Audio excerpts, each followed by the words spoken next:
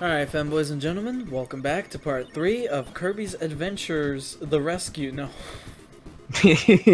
Kirby Frogger's Adventure. Kirby's Frogger Adventure. Yeah, there we go. That's a Oh, title. you Anyway. better not fuck this minigame up again. No, I fuck it up every time. I'm gonna leave. I'm gonna leave this video. Oh, okay, I'm leaving. Bye. Bye! Anyway, in part 3, we are going to finish the rest of the butter building world. As you can see, we are about to take on Mr. Shine and Mr. Bright. I believe Mr. Shine is the name of the moon character. I believe it's supposed to be a play on the word moonshine. I usually get them. Shut up. You're supposed to be gone. Y'all, you saw how I was carrying that? You saw how I was carrying that for like a solid ass minute? Which one's the top? You, bro. Which the top? Which one's the bottom? Which one's the top? Well, it's a legitimate question. Bruh. I think they're enemies, bro. No, actually, no. I think they actually don't fuck with I think they hate each other. I think the plot behind these two is that they were fighting and Kirby just happened to get in the way. I don't think they fuck like that, bro. Well, I mean, I don't know, man. You never know. Maybe they were actually fucking and Kirby interrupted their fuck. Yeah, they were hate fucking. Mr. Shine was all like, I gotta fucking have sex with my ketamine dealer so I won't be as angry. Look, they just went together. Yeah, and they fucking die. Yeah, because Kirby killed them. Yeah, bro. Kirby destroyed the sun. That ain't no love fucking. Oh, Grape Garden. I love the stage. I always like to think that, Actually, no, that theory's stupid now that I think about it.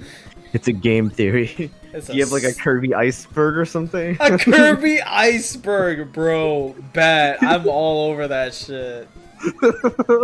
I've become a really big fan of iceberg theories ever since that Super Mario 64 iceberg theory came to light. Honestly. Yeah, you've been talking iceberg about it theories are so cool, not gonna lie. You've been mentioning it a lot, so I figure you must really like it. Yeah. But anyway, we are now in a grape garden. Uh-huh. Get the UFO. Yeah, nice. I do get the UFO this time. Nice, man. UFO is the best power. Yes, sir. Well, debatably. Actually, I don't know. I've never been a fan of the movement of the UFO. He has a little ray gun. He does. I like how the it had to have been like a last minute power up addition because these powers are taken straight from the from other abilities. Yeah. Like he has the beam from Waddle Doo. He has the laser from the yeah. Then he's got the star and the double star from Kirby. So yeah, I don't know. It had to have been like a last minute addition. I just like the aesthetics of him. He's fucking Kirby in a little UFO. It's adorable. It's oh man, that's something I want to get into. Low key, Kirby's Adventure has one of the best UIs I've ever seen in a video game. It's so simple, but honestly, it's not even that impressive. I'm a real big fan of the copy ability pictures. They're so charming, and they add so much flavor to the UI. Like you wouldn't imagine how much more boring this game would look if it didn't have those cute little pictures on the bottom. I like looking at picture. I'm not even joking.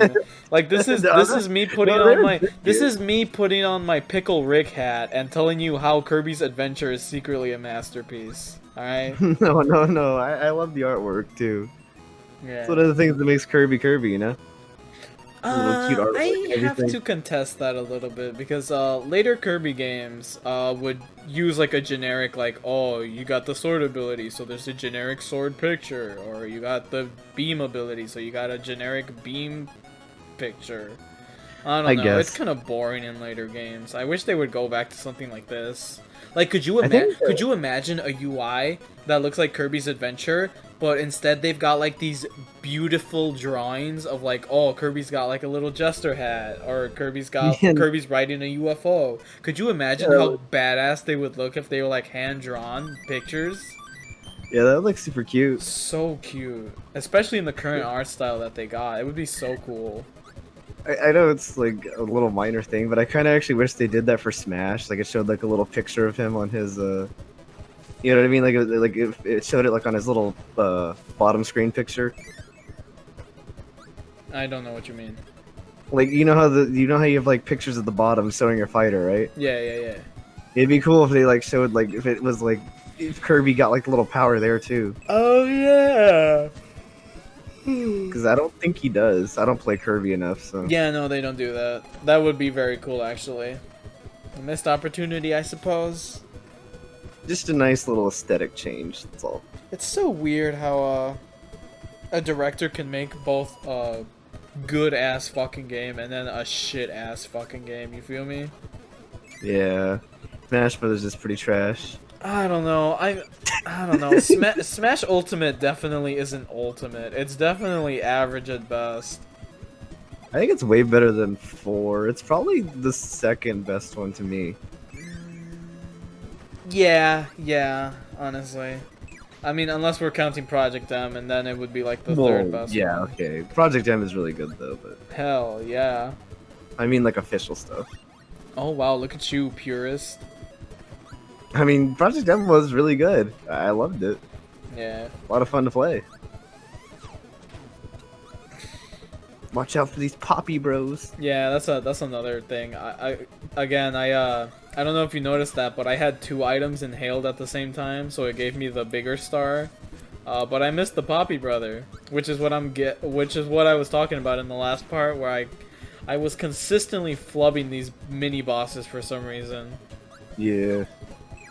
It's okay. These guys aren't that tough. Yeah. Oh, that's right. This is before the bomb power. Yes, sir. So you just get the crash ability, which is Yeah. it's okay. Yeah, it's fine. It's all right. I like the picture, that's for sure. Again, these pictures are really charming. What's your favorite little picture there? That is a good question. I honestly really like the final power up. I like the little witch hat Kirby gets in the Oh, the star drawing. one? Yeah, yeah. Yeah. Actually, it's called the Star Rod. Whatever, bro. I don't care. I do. Well, I know, because you're a fucking little Kirby elitist. Kirby elitist. Yeah, I can't imagine I have to say those words. Like, imagine being an elitist for Kirby. Bro, actually, believe it or not, Kirby's like one of the most silent fan bases, which is actually very surprising. Considering the amount of popularity Kirby has, you know, what with it being a successful Nintendo franchise, I'm surprised it's as silent as it is. Honest to God. Oh, it has a lot of Japanese fans, right? I would assume so. It's a Japanese franchise. Well, yeah, I know, but like, you know, Zelda isn't that popular in Japan, and it's a Japanese franchise. Yeah, I know. But like Kirby It still has a fan base though, like a notable Japanese fan base, I would assume. I don't know. Perhaps. I don't know. The point is like, I know Kirby's like one of those games. It's way more popular in Japan than it is like here. No, I honestly think the Kirby fan base is just really silent when it comes to like showing off and shit. There's not really much to say. I mean, Kirby. Well, there's not a lot usually to say for video games, period. But people find a way. I guess so, but I mean, Kirby in particular, like, the games are usually pretty decent. I mean, there's not really much to complain about with them. Well, they're filled with a shit. Later games are filled with a shit ton of lore and like the menus and stuff for bosses, and people are really into that. People are really into lore for some weird reason that I'll never understand. Guys, it's okay if some games don't have overarching lore over the span of like 7 games. It's okay. But whatever, what do I know? I like to play Frogger. What, did the footage freak out for a second? Yeah, I guess this area is too graphically intensive, which is what I'm getting back to. This game is just mwah. But OBS was having a lot of trouble recording it, and I was getting a lot of lag. Like I think I was like into like the 10s with that area. This game's too intensive for your computer.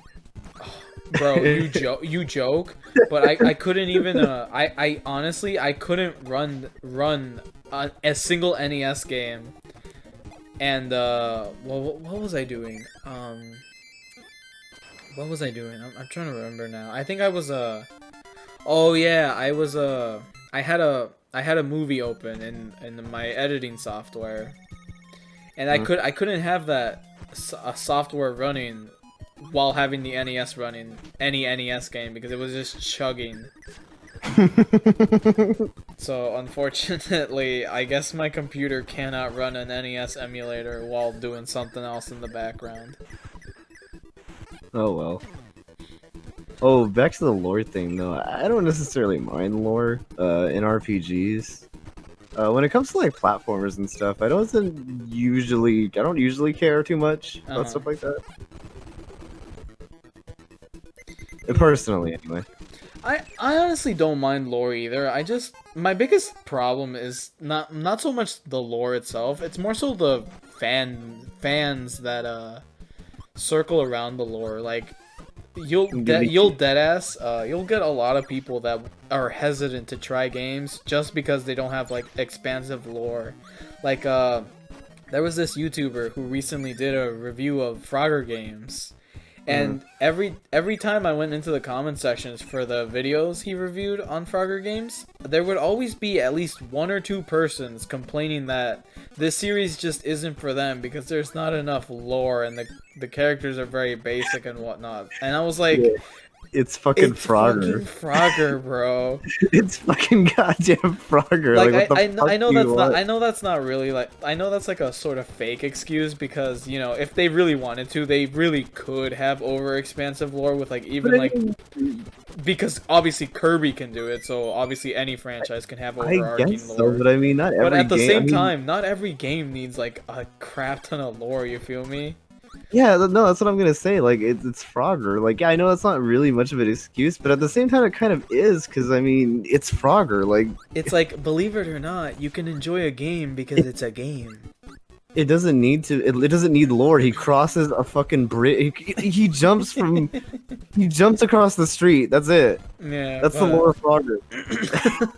Like, that's all he needs.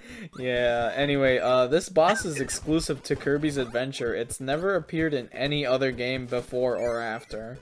Oh yeah, the weird ladybug thing? Yeah, I think it's a beetle, I don't know. I don't know, it might be a beetle. I always thought it was like a ladybug or something, I don't know. In the Return to Dreamland, which is the GBA remake of this game, which sucks, it got replaced with Fan, which is an elephant enemy. And deadass, when I saw Fan in the Nightmare in Dreamland remake for the first time, I really did get the impression, for some reason, for like 2 seconds, that the beetle enemy was supposed to be like a really bad sprite of an elephant. But then I realized, no, it's just a different enemy entirely that they can't for some reason. He's just like a little beetle guy. I have no idea what he was supposed to be. Yeah. Have you oh, that's actually an interesting topic of discussion. Have you seen like the old school art for like specifically Kirby's Dream Land 1 and Kirby's Adventure? No, I have not. It is so bad, but like in such a charming way. Like you need to look up like the character art for like Meta Knight, bro. Like look up the character art for Meta Knight and post that shit. I'll make it the thumbnail. Sure, we can look for it after this one. Yeah, like look up Kirby's Adventure Meta Knight artwork or something like that. It is crazy how goofy he looks. But anyway, speaking of Meta Knight, we're fighting his goons. Yeah. Once again, you'll fight him plenty of times. I actually cut out a death. I don't know if you caught that. I have been cutting out some deaths because they're not fun to watch. I used to have 27 lives, now I'm at 26. I have noticed, but it's okay. Yeah, okay. I just didn't want you to think I was like, oh, Arvis is doing a no-death run, you know? You've already died like 5 times, so yeah, that's kind of out of the window. I'm an honest man, you know? Dude, when are they gonna add Bandana Waddly Dee to Smash? Oh my god, bro. Bandana Waddly Dee is so based and red-pilled, bro. Why can't we get Bandana Waddly Dee in Smash? Why do you say it like that, by the way? Waddly Dee? Waddle Dee? Yeah. I don't know, I just say it funny, why? I thought it was like an inside joke or something. No, I just say it funny because it's funny to me. Okay. I But like yeah, saying it. fucking. I gotta be real with you, mate. Like, I love Kirby, and I think Bandana Waddle Dee is a really charming character in Superstar Ultra specifically. But, like, I don't know, you're kind of like reaching really far if you want Bandana Waddle Dee in Smash Bros. I mean, yeah, I could see like that. Maybe like that little robot chick. Robot chick? Wasn't there like a little like helper that was like, she had like weird eyes. I remember that much. I don't know what she was though. Robot chick. I don't know if she was a robot, but she had like weird eyes. I think she was like pink or something. Aegis? Is that what? What's her name? I'm fucking with you, bro. It's I think you're talking about Susie from Planet Robobot. Yeah, there you go. Yeah, but she doesn't do anything though. I mean, I'm sure Sakurai could come up with a moveset for her, but I mean, she doesn't do anything in Kirby. She just sort of stands there and fucking yells at you for being a stupid foreigner. That's her power. She fucking yells at foreigners. I'm not kidding. If I'm misremembering, at the very least, her father yells at you for being a. I think he calls you like indigenous scum or some shit like that. Again, they're not very. They're very on the nose about their fucking themes in Kirby Planet Robobot. It's like her power. She's racist. Basically, our first openly racist character in Smash Bros. How progressive. It is very progressive, then. In a sense, I suppose. Never seen an openly racist character in Smash Bros. Before. To be quite honest with you, though, I honestly any pick like for Smash Bros. Specifically, I just can't. I can't vibe with a single Kirby character being added again. Like honestly, when it comes to Kirby. When it comes to Smash and that's what I'm thinking. Like when it comes to Smash characters, I'm not so much thinking about like the numbers. I'm thinking more so about how that group of characters represents their respective franchise. They got Kirby, Dedede, Meta Knight. Yeah, those are like the best characters. And like when it comes to like Earthbound, for example, they only have 2 characters, but they have pretty much like pretty good representation for Earthbound. Like Ness and Lucas represent, pretty good. Are pretty good at representing Earthbound. Well, yeah, they're like the. Well, who was the main character of the first game, actually? It was some dude named Ninten. His canonical name is Ninten, but he pretty much is just like a Ness recolor, or Ness is a Ninten recolor, whatever.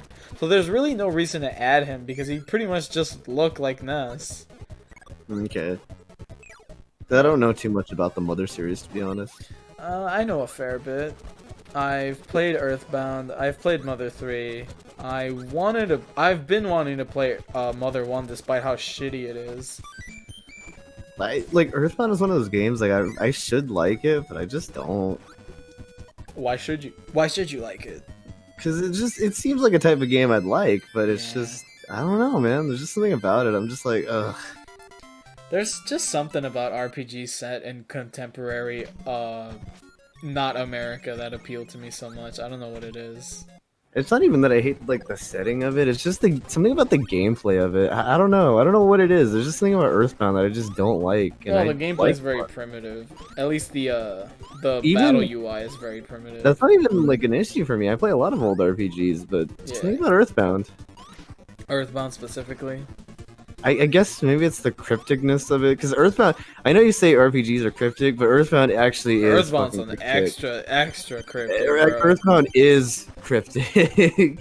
Like the one that always pops into my head is the stupid you gotta like stand behind a waterfall for like 3 minutes in order to enter the dungeon. Like what is up with that bullshit, bro? Earthbound is actually cryptic. Yeah, that's some bullshit. I don't know. There's just something about it. I just like I don't know. I just didn't. It's the same thing with Undertale. Like Undertale's one of those games. Like I probably should like it, but I just kind of think it's okay. Yeah, I feel you on that. It was a really nice experience. Like, I actually have very fond memories of playing Undertale, but I wouldn't go back to play it. Yeah, it's just like one of those games where it's like, I get why people like it, but I don't. It's just not for me. Yeah, I get that. I get that. Anyway, that is the end of part 3, ladies and gentlemen. If you liked what you saw, Bach I don't complete. have glasses either. Bye.